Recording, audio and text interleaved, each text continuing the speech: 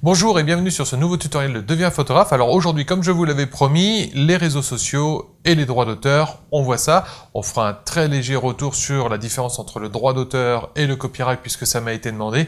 Et aussitôt après, on attaque les réseaux sociaux, ce que vous autorisez au réseau, leurs droits et vos recours. On voit ça tout de suite. C'est parti, let's go.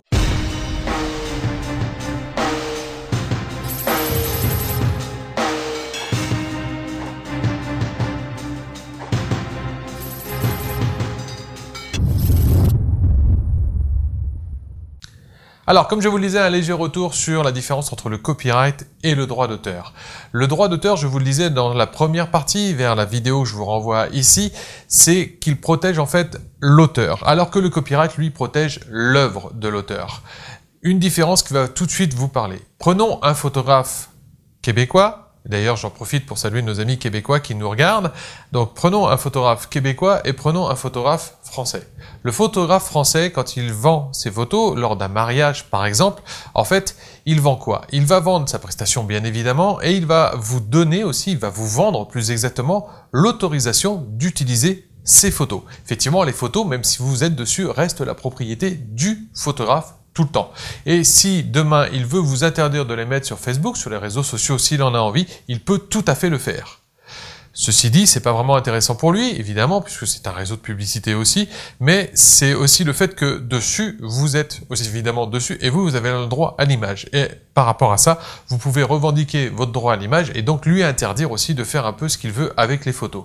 En gros, en France, les deux sont bien tenus, c'est-à-dire que d'un côté les droits d'auteur, de l'autre côté les droits à l'image. Résultat des opérations, il faut que les deux soient d'accord pour pouvoir faire quelque chose des photos. Mais en gros, pour finir là-dessus, c'est que le photographe ne vous vend pas les photos. Il vous donne l'autorisation d'utiliser ces photos, moyennant évidemment des financements derrière. Que se passe-t-il au Québec jusqu'à il n'y a pas très longtemps, puisque la loi vient d'être modifiée il y a quelques années, mais avant. Quand le photographe prenait les photos du mariage, il vendait ses prestations, bien évidemment, mais il vendait aussi ses photos. C'est-à-dire qu'en gros, une fois qu'il avait vendu ses photos, lui, il n'avait plus aucun droit dessus, et c'était les mariés qui avaient tous les droits sur les photos, de les afficher où ils voulaient, et même de les revendre. Et le photographe n'avait absolument aucun droit dessus. Pire que ça, si jamais les mariés voulaient lui interdire de les utiliser, par exemple sur son book, sur son site, ils peuvent tout à fait le faire. La loi vient d'être modifiée maintenant, ça ressemble un peu plus au droit d'auteur maintenant, mais voilà la grosse différence qu'il y a entre le copyright et le droit d'auteur. Le droit d'auteur, on vous vend en fait le droit d'utiliser nos photos en tant que photographe, alors que au niveau du copyright, si on vous vend l'œuvre, on vous vend les droits avec, c'est-à-dire qu'en gros le photographe n'a plus aucun droit sur ses photos. Voilà, un léger retour sur le copyright et les droits d'auteur. Maintenant, attaquons les réseaux sociaux et les droits d'auteur. Apparus dans les années 2010, les réseaux sociaux sont devenus un phénomène social. Aujourd'hui, énormément de gens ont un ou plusieurs comptes sur un ou plusieurs réseaux sociaux. Alors à quoi ça sert? Pour les gens du style de l'ordre privé, ça va permettre de partager leur vie avec soit leurs amis, soit avec le monde entier. Pour les entreprises, c'est devenu souvent indispensable puisque ça permet entre autres de faire de la publicité et surtout de se faire connaître. Les réseaux sociaux, contrairement à ce que certains croient, tout comme Google, ne sont pas des services publics. Ce sont des entreprises privées. À partir de là, ils font un peu ce qu'ils veulent tant qu'ils respectent la loi. Alors, le problème, c'est que maintenant, ce sont des réseaux mondiaux. Quelles lois doivent-ils respecter? Quand vous allez ouvrir un compte sur un réseau social, que faites-vous? Eh bien, vous commencez par remplir d'abord vos coordonnées, déjà, comme ça, il récupère déjà votre mail, mais en plus, vous signez, vous cliquez sur le fameux CGU, c'est-à-dire les conditions générales d'utilisation. Il faut savoir que les conditions générales d'utilisation, on va les appeler les CGU maintenant pour le reste du tutoriel, c'est exactement comme les CGV, c'est-à-dire en gros les conditions générales de vente. Quand vous cliquez sur le petit clic et que vous appuyez sur le OK, vous venez de signer un contrat. Vous venez de signer un contrat avec Facebook, Twitter, Instagram et compagnie. Donc, vous avez accepté par là les conditions qui vous lient à ce réseau social, qui sont les conditions générales d'utilisation. Évidemment, bien souvent, les gens, moi le premier, on ne lit pas la totalité des CGU. Une étude vient d'être faite, il faut savoir que si vous voulez lire tous les CGU, tous les CGV, de tout ce que vous utilisez au niveau des réseaux sociaux, au niveau des différents sites là où vous allez acheter sur Internet, il vous faudra plus de 17 jours par an pour tout lire. Donc, ça a un avantage, on le verra plus tard lorsque vous avez besoin d'un recours. Mais c'est un problème parce que malheureusement vous êtes censé toutes les lire. J'ai décidé dans ce tutoriel de ne pas vous afficher tous les résumés de CGU que j'ai pu lire moi, parce que je trouve ça assez ennuyeux. Mais par contre, je vais vous faire un résumé assez rapide. Je vous renverrai vers mon blog où je compte mettre justement des copier-coller des fameux CGU sur lesquels je me suis inspiré pour écrire ce tutoriel. Alors, on va prendre deux réseaux sociaux, Facebook et Instagram. Pourquoi? Parce qu'ils ont justement des CGU bien différentes, mais au niveau historique, c'est assez intéressant. Vous allez comprendre tout de suite. Lorsque vous ouvrez un compte sur Instagram ou sur Facebook, comme je le disais tout à l'heure, vous cliquez sur la fameuse petite claque dans laquelle vous acceptez les CGU, c'est-à-dire en gros les conditions générales d'utilisation. Sur Instagram, ces conditions générales d'utilisation ne sont pas trop intrusive. C'est-à-dire qu'en gros, vous restez propriétaire de vos photos, puisque sur Deviens photographe, c'est surtout les photos, mais il faut savoir que ça s'applique au contenu général, on va dire, du réseau social. Donc, vous restez propriétaire de vos photos et Instagram ne demande en fait pratiquement que la possibilité d'utiliser vos photos sur le réseau social Instagram, c'est-à-dire en gros de pouvoir les publier et de pouvoir à la limite les modifier un petit peu, ça leur permet de les recadrer si par exemple ils veulent les afficher quelque part, mais seulement et uniquement sur Instagram. Par contre, quand vous cliquez sur la petite case des CGU de Facebook, là, vous donnez beaucoup plus d'autorisation à Facebook. Facebook se permet un peu tout, c'est-à-dire qu'en gros, il va se permettre de publier non seulement sur son réseau, comme le fait Instagram, mais il va aussi se permettre de publier sur les réseaux partenaires, c'est-à-dire en gros tous ceux que lui il a rachetés, il en a racheté pas mal, ainsi que ses partenaires commerciaux, c'est-à-dire qu'en gros, quand vous donnez l'autorisation sur Facebook de publier vos photos, enfin quand vous publiez vos photos plus exactement sur Facebook, vous donnez l'autorisation à Facebook de publier vos photos un peu partout dans les réseaux qui lui appartiennent et ces réseaux partenaires, c'est-à-dire en gros commerciaux. L'autre chose que peut faire Facebook aussi, c'est qu'il peut se permettre de revendre ces photos-là. Parce qu'évidemment, quand il les met sur un réseau commercial qui ne lui appartient pas, mais qui est partenaire, il le fait pas gratuitement. Alors, il faut savoir que c'est aussi valable pour vos données, par exemple, vos mails et compagnie. J'ai fait une expérience l'autre jour sur Google+. Alors, c'est assez drôle. J'ai parlé déménagement sur ma page Google+, sur mon forum Google+. 20 minutes après, j'avais 4 mails dans ma boîte mail qui me parlaient justement d'entreprise de déménagement. Je vous promets que c'est vrai. Donc, vous voyez que à quoi sert en fait les informations et les photos que vous mettez sur les réseaux sociaux? Eh bien, ça sert à ça. Il faut savoir que les données, telles que les photos, telles que vos données personnelles, valent une fortune. Eh bien, Facebook se permet un peu tout. Google se permet aussi beaucoup de choses. Mais en gros, c'est pour ça que ça leur permet, eux, et c'est pour ça qu'ils font ce genre de CGU, de gagner beaucoup d'argent sur votre dos. Alors, les photos sont encore plus importantes que les données, puisque grâce aux photos, on va beaucoup plus facilement cerner, en fait, vos loisirs, vos centres d'intérêt, en fait. Et qui sait les centres d'intérêt? On arrive à partir de là de tirer un bon profil exact de ce que vous aimez, et donc de vous envoyer des publicités bien ciblées qui valent une fortune. Donc voilà à quoi servent les réseaux sociaux aussi, c'est-à-dire à gagner beaucoup d'argent sur vos propres données et vos photos. Donc quand vous signez sur Facebook, je vous disais, vous donnez l'autorisation de tout ça, même de revendre vos photos sans que vous n'y touchez rien. Alors évidemment, dans les CGU, c'est bien marqué que vos photos continuent à vous appartenir. Le seul problème, c'est que vous donnez l'autorisation à Facebook d'en faire un peu ce qu'il veut.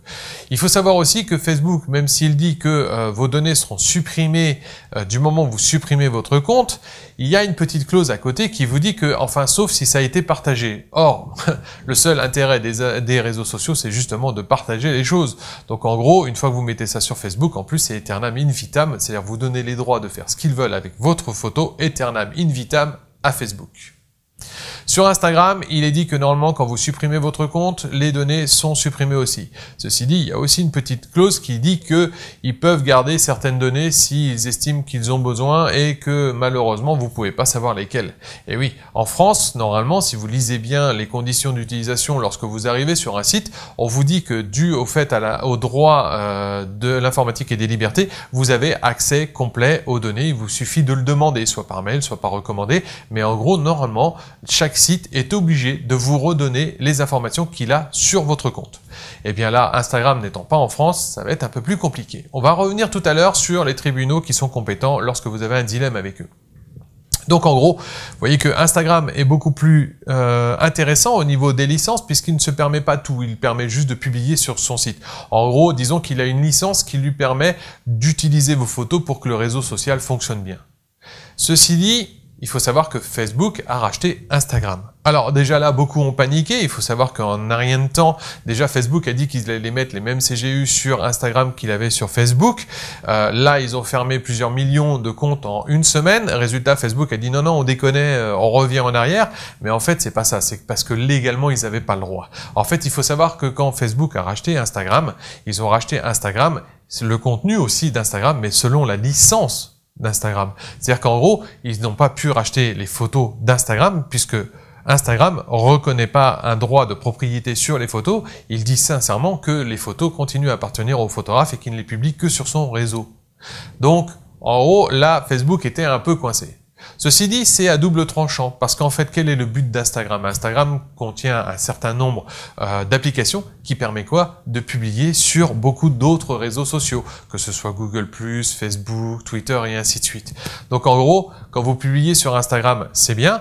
Maintenant, les gens qui hurlent en disant « Ouais, Facebook a racheté Instagram, donc Facebook va se permettre de faire ce qu'il veut », ben en fait, si jamais ils partageaient déjà leurs photos depuis Instagram vers Facebook, c'est déjà ce qu'ils faisaient eux-mêmes. Pourquoi? Parce que en fait, si jamais vous publiez sur Instagram, mais que vous partagez sur Facebook, à partir de là, vous publiez sur Facebook. Oui, mais si vous publiez sur Facebook, ça veut dire que vous acceptez les conditions d'utilisation de Facebook. C'est-à-dire qu'en gros, si vous restez que sur Instagram et vous ne publiez pas ailleurs, tout va bien. À la limite, faites un lien depuis Facebook vers Instagram. Je sais pas, mettez une petite vignette en disant allez voir Instagram du coup avec la photo à côté, mais en tout petit. Par contre, si jamais vous faites un partage depuis Instagram, et dont c'est le but en fait principal normalement d'Instagram, vers un autre réseau social, il faut savoir qu'à partir de là, implicitement, vous acceptez que votre photo soit utilisée selon les CGU en fait de ce réseau social sur lequel vous venez de partager vos photos. Donc ne criez pas, si jamais vous partagez depuis Instagram sur Facebook, vous donnez vous-même à Facebook le droit d'utiliser vos photos selon ces CGU, c'est-à-dire en gros un peu faire ce qu'il veut.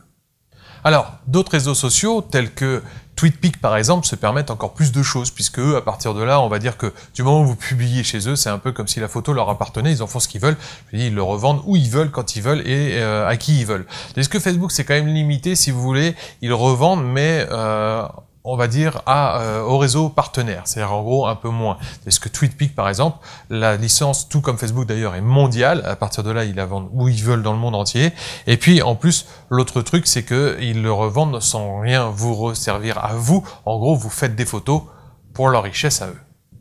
Maintenant il existe un certain nombre d'alternatives, vous avez tous ces réseaux sociaux là, donc évidemment Piclise, PicU, Camera+, IM. Ceci dit, lisez bien les CGU tout de même, puisque à part PicU et IM, qui sont beaucoup plus protecteurs au niveau des droits d'auteur, puisqu'ils se permettent pratiquement rien, on va dire, les autres sont assez agressifs, voire même pour certains pires que Facebook.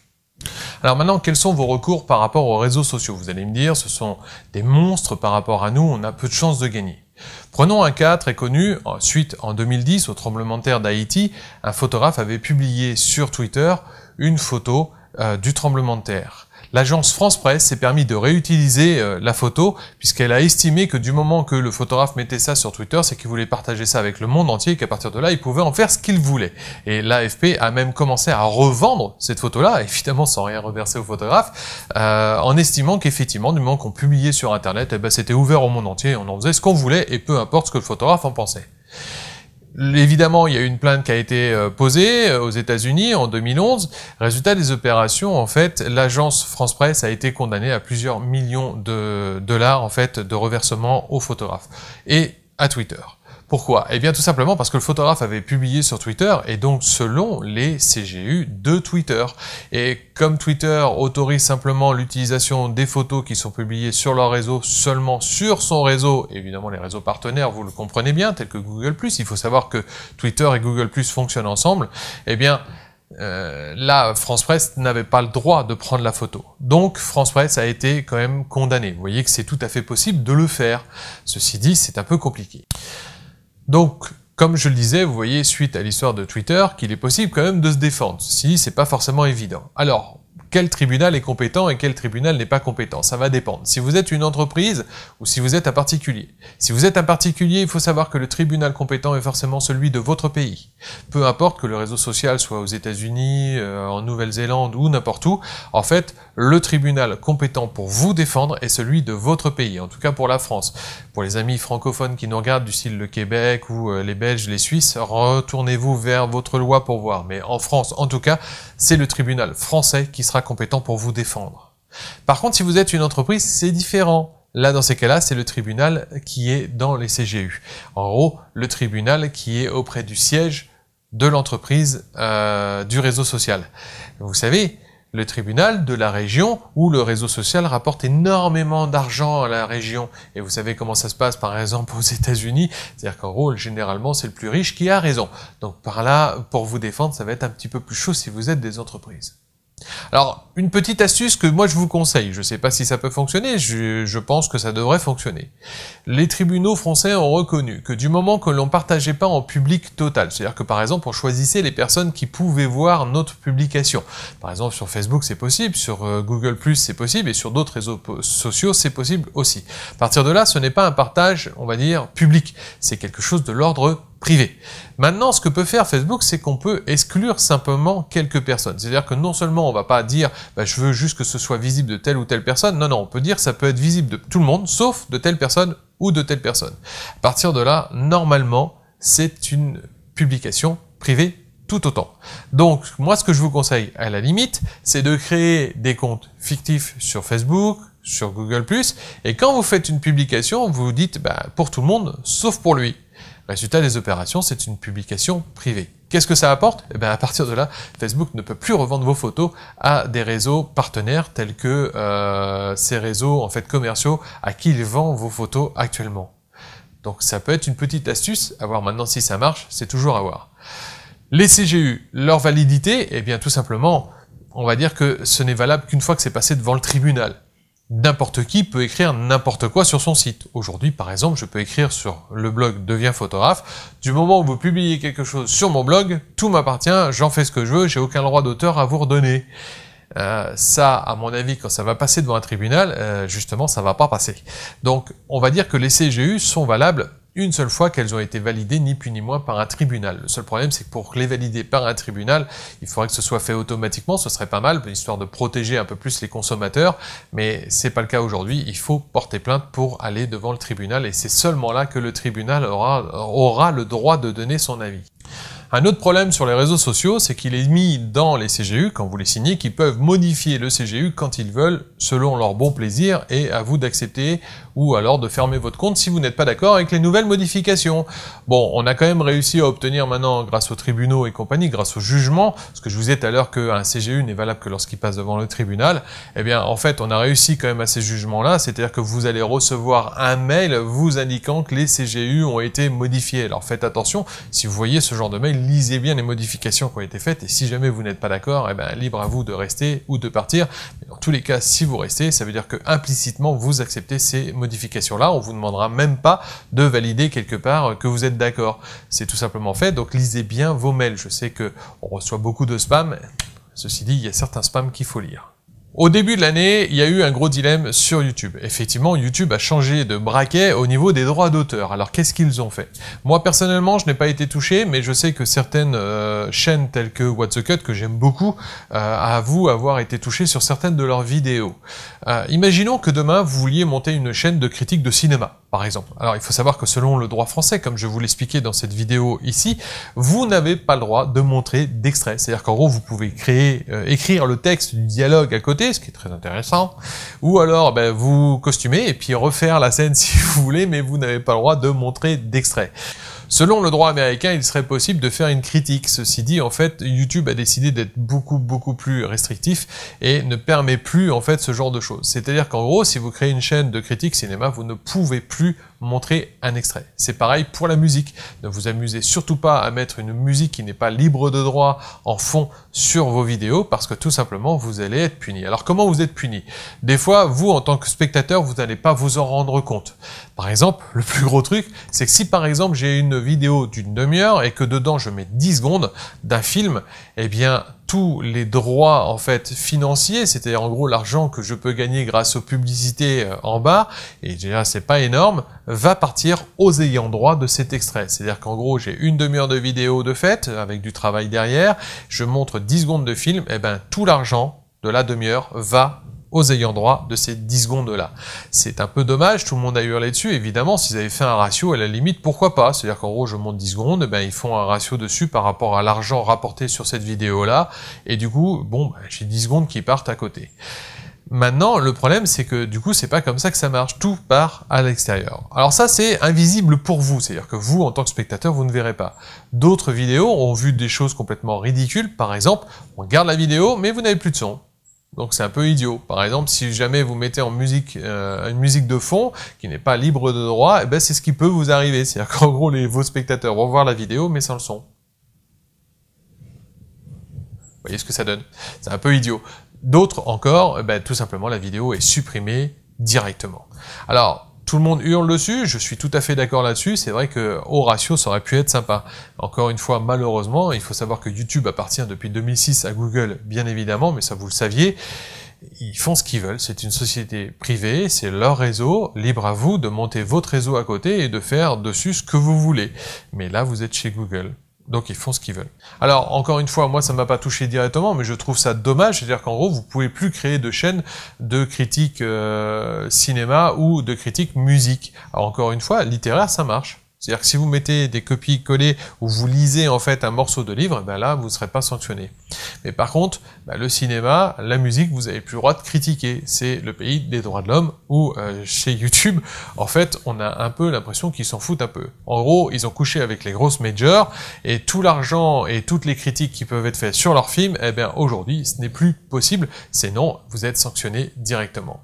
Alors, des gens comme le Fossoyeur du cinéma, encore une fois, je vous conseille cette chaîne-là, font des critiques, du coup c'est purement verbal, il affiche quelques images une fois de temps en temps, mais il peut pas mettre d'extrait dessus parce que sinon il serait sanctionné tout de suite. Voilà ce qu'on pouvait dire sur le droit d'auteur et YouTube. On conclut maintenant la vidéo. Que peut-on retirer de ce tutoriel? S'il y a quelque chose à en retirer, c'est tout simplement que quand vous cliquez sur « J'accepte les CGU », eh bien lisez-les bien avant. Je sais que c'est pas facile. Aujourd'hui, normalement, ils sont censés les présenter dans la langue que vous parlez, c'est-à-dire français, anglais, allemand, espagnol, selon votre pays. Ceci dit, c'est pas toujours le cas. Certains réseaux sociaux l'ont en anglais. Prenez Google Traduction, si jamais vous avez des problèmes en anglais, la traduction est pas forcément très bonne, et comme en droit, des fois il suffit d'inverser un ou deux mots pour que ça veuille dire autre chose, ça peut être un peu ennuyeux. Donc malheureusement, vous n'avez pas le choix, il faut lire les CGU. Si vous les acceptez, je vous rappelle, vous signez un contrat et qu'à partir de là, la seule chose qui peut vous délier de ça, c'est un peu comme un mariage, c'est le tribunal. Sachant que c'est aux États-Unis pour les entreprises que ça va se passer, à mon avis ça va mal se passer pour vous. Il y a de fortes chances que les grosses boîtes y arrivent. Maintenant, encore une fois, on l'a vu avec le photographe sur Twitter, c'est possible puisque des agences comme France Presse ont été condamnées puisqu'ils ont utilisé des photos sur lesquelles ils n'avaient jamais eu d'autorisation en fait d'utilisation. Donc voilà ce qu'on peut dire. Faites attention quand vous signez ou quand vous ouvrez un compte, souvenez-vous juste de quelque chose. Ce sont des entreprises privées, ce n'est pas un service public. À partir de là, ils sont chez eux, libres à vous de ne pas l'utiliser. Ils profitent de ça, ceci dit, c'est normal. On va dire que nous, en tant qu'entreprise, on profite en fait de ça. C'est un système, c'est un média très intéressant pour faire de la publicité, pour se faire connaître. Le seul problème, la contrepartie, c'est qu'ils font chez eux, encore une fois, et ils font ce qu'ils veulent. Voilà. Donc je vous rappelle que Deviens photographe, eh bien c'est un compte justement sur Facebook, c'est un compte aussi sur Twitter. J'ai accepté toutes ces CGU là. C'est une newsletter. Là, ce sont mes CGU et je vous promets, et je vous jure, puisque je l'ai mis et ça vous pouvez y avoir accès. Je ne vends pas les mails à côté. C'est une chose que moi je déteste. Alors c'est pas pour le faire aux gens qui s'inscrivent sur la newsletter. C'est aussi en fait une communauté sur Google+. On est de plus en plus nombreux, beaucoup d'échanges, c'est sympa. C'est une page sur Google+, et enfin, c'est une chaîne sur YouTube, mais ça, je ne doute pas que vous y soyez déjà abonné, sinon, vous allez vous abonner maintenant. À la prochaine, faites de belles photos, éclatez-vous bien, c'est tout ce qui compte.